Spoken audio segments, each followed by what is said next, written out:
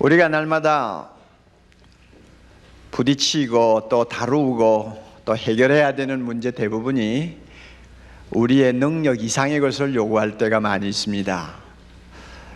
따라서 우리의 힘이 미치지 못할 때는 불안을 느끼죠. 뿐만 아니라 우리는 오늘이라는 시간을 뛰어넘어 그 다음 장래를 볼 수가 없습니다. 무슨 일이 생길지, 무슨 일이 기다리는지 아무도 모릅니다. 이것이 우리에게 불안을 주는 또 아주 중요한 요인이 됩니다. 내 자녀들이 어떻게 될지, 어떤 인생을 살지 아무리 총명한 부모라도 몰라요. 내가 어떻게 죽을지, 언제 죽을지 아무도 몰라요. 모든 것이 미지의 세계 속에 갇혀 있습니다. 그러니 우리가 보지 못하니까 불안할 수밖에 없죠. 그리고 여러 가지 들려오는 소문들, 우리 주변에서 일어나는 일들을 보면 저게 어떻게 될지 자연히 우리에게 걱정을 주는 경우가 많죠. 요즘에 이락 전쟁을 보면서 우리가 느끼는 것이 있지 않습니까? 그리고 북한 핵이 앞으로 어떻게 해결될지 몰라서 은근히 우리 모두가 걱정하고 있지 않습니까? 경제가 참 풀릴지 풀리지 않고 더 늪으로 빠질지 아무도 진단을 못하지 않습니까? 이런 것들이 우리를 불안하게 만듭니다. 어떤 점에서는 불안, 이것은 우리가 평생 함께 걸어야 하는 반갑지 않은 길동무일지도 모릅니다. 불안이 참 어려운 이유 중에 하나는 한 번 처리해서 끝나는 것이 아니라는 것입니다. 우리 모두 경험하지 않습니까? 한 번 불안을 잘 처리해서 마음의 평안을 얻었다.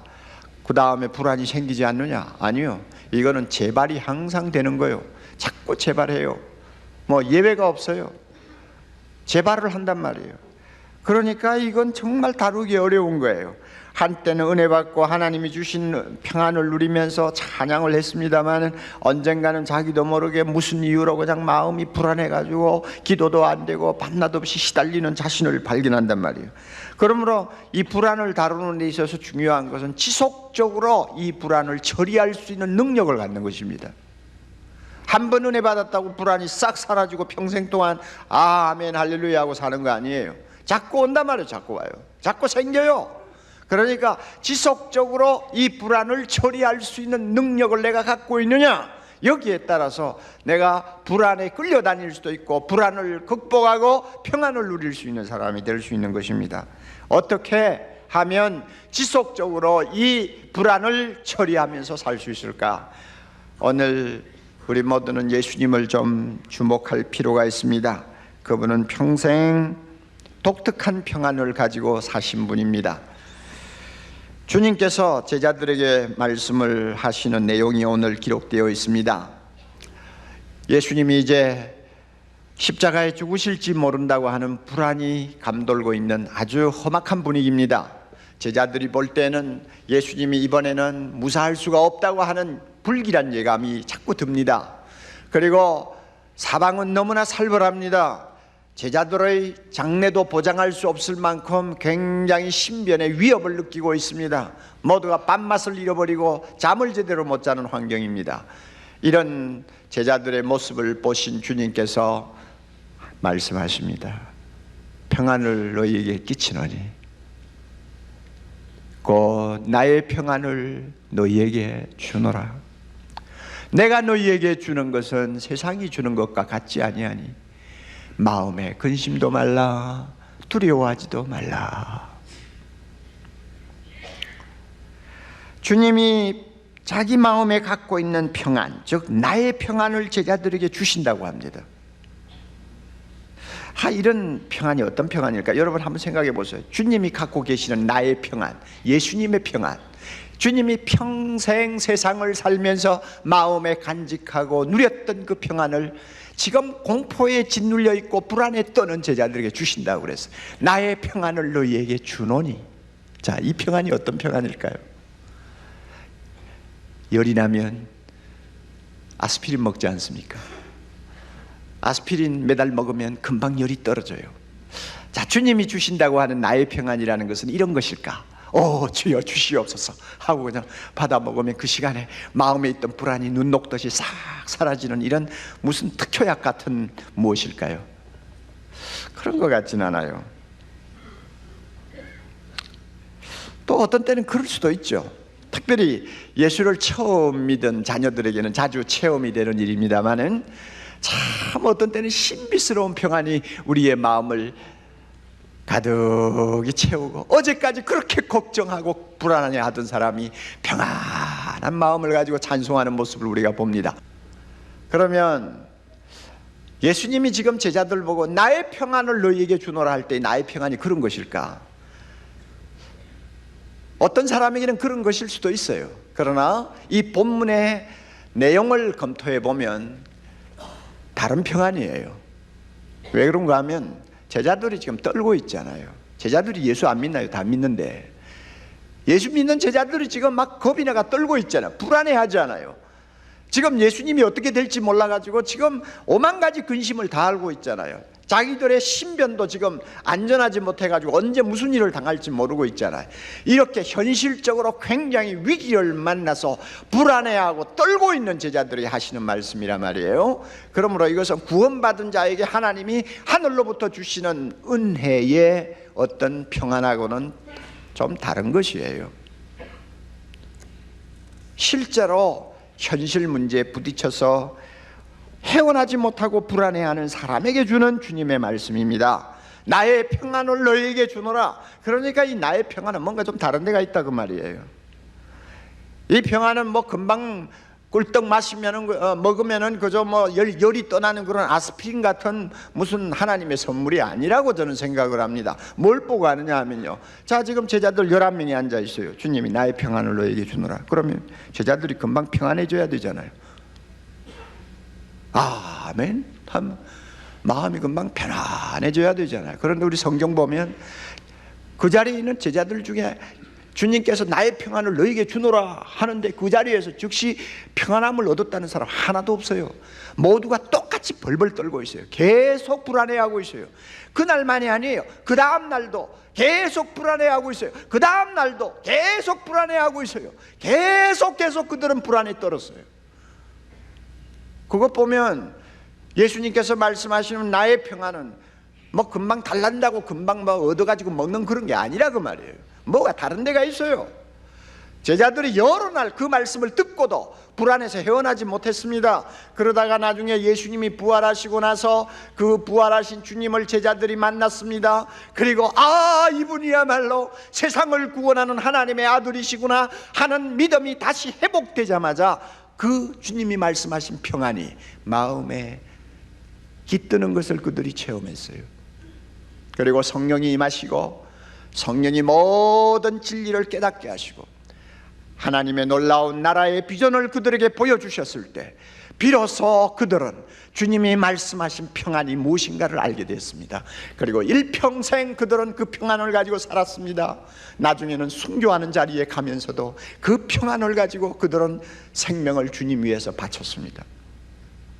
그러니까 나의 평안을 너에게 준다 해가지고 뭐 금방 뭐 눈 감고 기도한다고 막 떨컥받고 하는 그런 평안이 아닌 것 같아요. 제가 볼 때 그래요. 주님이 주시는 이 나의 평안은 우리가 어떤 합당한 조건들을 갖출 때 뒤따라오는 특별한 은혜입니다. 어떤 합당한 조건들을 갖출 때, 잘 기억하세요. 조건들을 갖출 때 항상 뒤따라오는 은혜예요. 이게 주님이 말씀하시는 나의 평안입니다. 예수님을 주목하세요. 그는 대적하는 많은 사람들에게 둘러싸여 한평생을 사셨습니다. 그를 향하여 돌을 드는 사람들과 상대해서 그는 사역을 하셨습니다. 한때는 임금을 삼으려 하면서 수많은 사람들이 그를 추종했지만 나중에는 모두가 다 버리고 도망가는 삭막한 분위기에서 한평생 세상을 사셨습니다. 그러면서도 그는 마음속에 평안이 있었습니다. 그 평안이 어떻게 해서 가능했을까요? 주님의 한 생을 우리가 조용히 묵상해보고 주님의 말씀을 우리가 검토해보면 어느 선까지 우리는 추론할 수가 있습니다. 아, 이래서 주님은 평안을 유지하셨구나. 아, 이래서 평안을 유지하셨구나. 그러니까 제자들에게도 나의 평안을 너에게 주노라 할 때는 내가 이 평안을 유지하기 위해서 한 것처럼 너희도 하면 이 평안이 너희의 것이 될 수 있다고 말씀하시는 것이구나 하는 것을 우리가 알 수 있습니다. 세 가지 말씀드릴게요. 주님이 말씀하시는 평안을 나의 것으로 소유하기 위한 첫째 조건은 이것입니다. 예수님을 보면요, 예수님은 하나님 아버지에 대한 절대적인 믿음을 가지고 계셨습니다. 이것이 예수님이 평안을 늘 유지하는 비결이었어요. 하나님을 누구로요? 아버지로요. 이거 굉장한 겁니다. 여러분 신학을 공부 안 하셨으니까 잘 모르죠.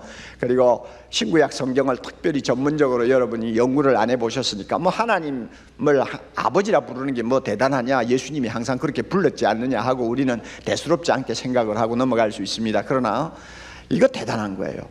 예수님이 하나님을 아버지라고 불렀어요. 그리고 아버지라고 불러도 그저 막연히 어떤 격식을 차려서 부르는 호칭이 아니었어요. 마가복음 14장 36절에 보면 겟세마네 동산에서 주님이 기도하실 때 그 하나님을 부르는 호칭이 특별히 나오죠. 아버지요. 아버지요. 이 아버지요 하는 말은 4-5살 먹는 어린애가 아빠를 부를 때 사용하는 용어입니다. 현대 아랍어에서는 지바라고 합니다. 지바 하면 어린애가 아이를 향해서 부르는 호칭이에요. 우리나라에는 아빠 하잖아요. 예수님이 하나님을 아빠라고 불렀어요. 그래서 겟세마네 동산에 엎드려 주님이 기도합니다. 아버지여, 아버지께서는 모든 것이 가능하오니 이 잔을 내게서 옮기시옵소서. 이 기도를 이 말 속에 있는 뉘앙스를 그대로 살려서 다시 표현한다면 아빠는 모든 것을 다 할 수 있잖아요. 무엇이나 하실 수 있잖아요. 무엇이나 원하시는 대로 되지 않습니까? 그러니 이 십자가 안 지게 해주세요. 완전히 어린애. 주님이 하나님을 보실 때는 하나님은 항상 아버지요, 자기는 어린아이처럼 생각했어요. 이게 주님께서 하나님을 아버지라 부르는 마음의 그 자세였습니다. 에레미야스라고 하는 유명한 학자가 있어요. 그는 유대인의 문학과 그 다음에 유대인의 모든 경전 전통을 연구한 아주 무게 있는 학자입니다. 그분이 다 조사를 해보고 뭐라고 결론 내렸느냐 하면 이건 놀라운 이야기다. 유대나라에서 하나님을 예수님처럼 아버지라고 부르는 사람도 없고 더욱이 예수님처럼 아버지라고 매달리는 어린애와 같은 그런 자세를 가지고 하나님을 찾고 추종한 사람이 없다는 거예요. 예수님만이 그렇게 하셨어요. 이것은 뭘 의미합니까? 예수님은 하나님을 전적으로 의지할 수 있는, 그리고 그분과 함께 있으면 항상 평안할 수 있는 든든한 분이었다는 이야기입니다. 주님은 하나님을 그렇게 믿었어요. 그러니까 그의 마음에 평안이 항상 있었습니다. 불안하지 않았어요. 어떤 상황에서도 두려워하지 않았어요. 왜? 하나님이 아버지시니까, 내 아버지니까. 자, 여러분, 재미있는 거는 예수님께서 우리 보고도 그렇게 하라고 그러잖아요. 내가 하나님을 아빠라고 부르는데 너희들도 그렇게. 그리고는 뭐라고 가르쳤어요? 너 이렇게 기도해라. 기도할 때 하늘에 계신 우리 아저씨여 이렇게 기도하라고 그랬나? 아니죠. 하늘에 계신 우리 뭐요? 아버지요. 그 아버지라는 말이 이것만 뭐 한 다 큰 자식이 자기 아버지에게 나와서 뭐 점잖하게 부르는 이름이 아니에요. 아빠 하는 그런 뉘앙스가 들어있어요. 너 기도할 때 이렇게 기도해라. 하늘에 계신 아빠. 그리고 성령이 우리 마음에 와 계시는데 이 성령은 항상 우리로 하여금 로마서 8장에 보면 아버지라고 부르게 한다고 그랬어요. 그러니까 얼마나 하나님은 우리에게 친근한 분이십니까? 얼마나 우리에게 크신 분입니까? 얼마나 든든하신 분입니까? 얼마나 전능하신 분입니까? 그분이 옆에 내 아버지로 계시는데 뭐가 두려워요? 뭐가 불안해요? 예수님은 이 하나님을 어린아이처럼 보는 믿음 가지고 자기 마음에 있는 평안을 지켰어요. 예수님이 말씀하시는 나의 평안은 이런 사람에게 주어지는 것이었습니다. 그런데 참 하나님이 항상 나의 아빠로 내 곁에 계시는 든든한 분으로 믿어지려면 우리는 인간이기 때문에 별 수 없어요.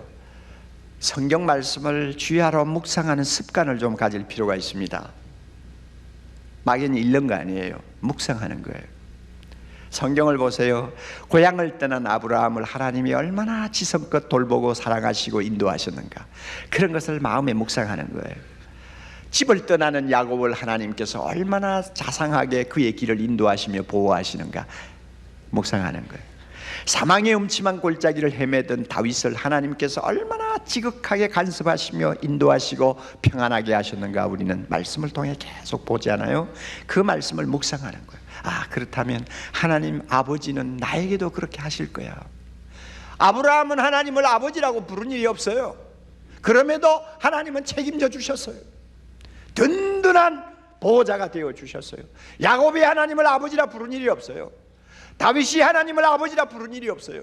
그러나 우리는 하나님을 누구라고 불러요? 아버지라고 불러요. 예수님 따라서요. 그렇다면 아버지 되신 하나님 내 곁에 계시는데 내가 왜 불안해합니까? 말씀을 묵상하세요.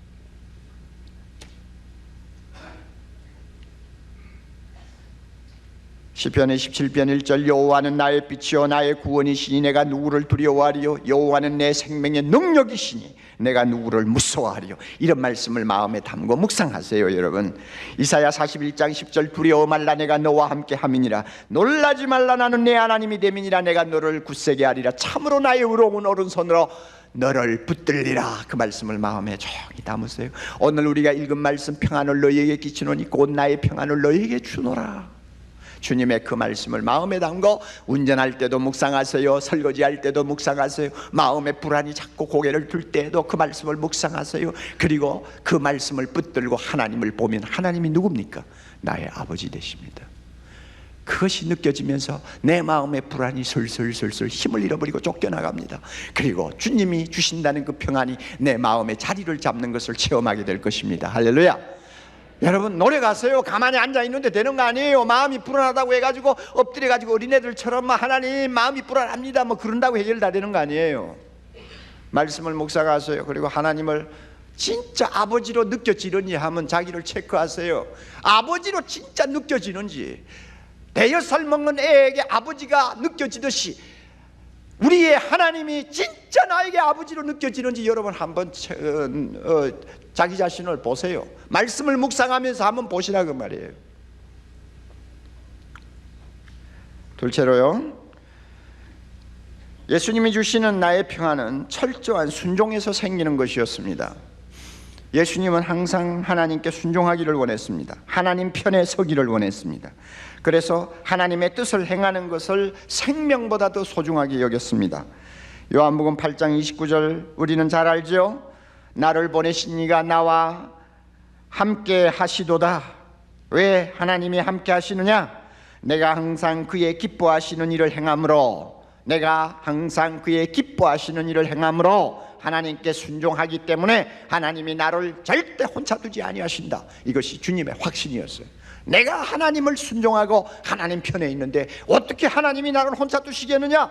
하나님이 나를 혼자 두지 않고 하나님이 나와 함께 하신다면 내가 왜 불안하느냐? 내가 왜 두려워하느냐? 주님의 그 확신이었어요. 주님이 그렇게 하면서 한 생을 평안을 가지고 사셨어요. 우리가 불안을 느끼지 않으려면요, 하나님과 충돌하지 말아야 합니다. 따라하세요. 하나님과 충돌하지 말아야 한다. 언제 충돌합니까? 불순종할 때 충돌하는 거예요. 언제 하나님과의 사이가 서먹서먹해집니까? 순종하지 아니할 때요. 언제 하나님과 불편해집니까? 언제 불편해집니까? 말씀대로 순종하지 않고 성령을 근심되게 할 때 하나님과 불편해진다고 말이에요. 그러면 우리가 하나님의 자녀인데 하나님과 불편해지는데 마음에 여러분이 평안이 있을 수 있어요? 한번 생각해 보세요. 여러분이 아버지하고 사이가 안 좋을 때 마음이 평안했어요? 여러분 자랄 때 기억하세요? 어머니하고 뭐 여러 가지 일로 막 다투는데 여러분의 마음이 평안한 날이 있었어요? 없었죠? 마찬가지예요. 우리가 평안을 늘 유지하려면 하나님과 항상 조화로운 마음, 평안한 마음을 유지할 수 있어야 됩니다. 그 비결이 순종하는 거예요. 내가 하나님 편에 서는 거예요. 하나님과의 불화는 우리에게 불안의 씨앗을 심습니다. 공포를 느끼게 합니다. 그러므로 항상 하나님과 평안한 관계를 가져야 됩니다. 이게 순종이에요. 하나님 편이 되기를 원하세요. 예수님처럼 말이죠. 그래서 순종하세요. 순종하는 사람은 하나님 편에 서는 사람입니다. 말씀을 배웠으면 지키세요. 진리라는 것을 확신했으면 그대로 살려고 노력하세요. 그래서 하나님 편에 서면 하나님은 항상 내 편이 됩니다. 믿습니까? 그럴 때 내 마음의 평안이 머무는 거예요. 하나님과 충돌하면서 내 마음이 편안하지 못하다고 늘 하나님 앞에 평안 달라고 기도하는 그것은 너무 유치하고 앞뒤를 모르는 사람이에요. 세 번째로요, 주님이 주시는 나의 평안은 간절히 기도하는 데서 얻는 것이었습니다. 예수님은 일평생 기도하시는 분이었습니다. 아버지 하나님께 기도했습니다. 기도가 불안을 극복하는 비결이었습니다. 주님이 드리신 기도 가운데 가장 감동적인 기도는 겟세마네 동산의 기도였습니다. 겟세마네 동산에서 주님은 세상죄를 짊어진 어린 양이 되셨습니다. 가장 크고 쓴 잔이 입술 가까이에 머물고 있었습니다. 다할 수 없는 약함, 더할 수 없는 슬픔, 더할 수 없는 고뇌가 그를 사로잡고 있었습니다. 그의 영혼을 쇠약하게 만들고 있었습니다. 두려움과 놀라움이 그를 떠나지 않았습니다. 그래서 그 시간은 사탄의 시간이었고 어두움의 시간이었는데 그 시간에 잠깐 주님은 평안을 잃어버렸습니다. 그럴 때 어떻게 했습니까? 무릎을 꿇었습니다. 피땀을 쏟으며 전력을 다해 하나님 앞에 아바지여 하며 부르짖었습니다. 그 결과 하나님께서는 그에게 다시 평안을 회복시켜 주셨습니다. 그가 기도하는 자리에서 일어섰을 때 담대하게 이렇게 말씀하셨습니다. 제자들 보고 일어나라, 함께 가자. 보라, 나를 파는 자들이 가까이 왔느니라. 얼마나 담대합니까? 얼마나 평안합니까? 얼마나 든든합니까? 어디에서 이와 같은 평안을 얻었느냐? 기도하는 데서 얻었어요. 그러므로 나의 평안을 너에게 주노니 하는 말씀은 너희도 나처럼 기도하면 이 평안을 소유할 수 있다 하는 말씀과 같습니다. 지금까지 우리는 예수님이 말씀하시는 나의 평안에는 세 가지 중요한 조건이 따르는 평안이라는 것을 말씀했습니다. 그리고 우리가 같이 생각을 했습니다. 다시 한번 마음에 정리하세요.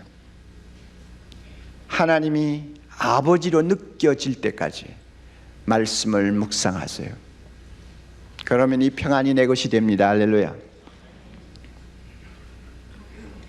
하나님 편에 서서 순종하세요. 그러면 이 평안이 내 것이 됩니다. 간절히 기도하세요. 자주 기도하세요. 그러면 이 평안이 항상 내 안에 머물고 있습니다. 하나님이 주시는 은혜예요. 오늘부터 여러분 불안에서 벗어나기를 원합니까? 불안을 항상 이기고 살기를 원합니까? 하나님을 아버지로, 아빠로 항상 느끼고 그 하나님을 절대 신뢰하면서 살 수 있도록 노력하세요. 다시 말씀드립니다. 하나님 편에 서서 순종하세요. 다시 말씀드립니다. 시시때때로 간절히 기도하세요. 그러면 불안이 우리를 절대 지배하지 못합니다. 주님께서 우리에게 이런 은혜 주시기를 바랍니다. 그래서 사람들이 우리를 볼 때마다 당신 어떻게 그렇게 평안하오 하고 오히려 질문을 던질 수 있을 만큼 우리 자신이 세상 사람들에게 무언가 매력을 주는 귀한 은혜가 있기를 바랍니다.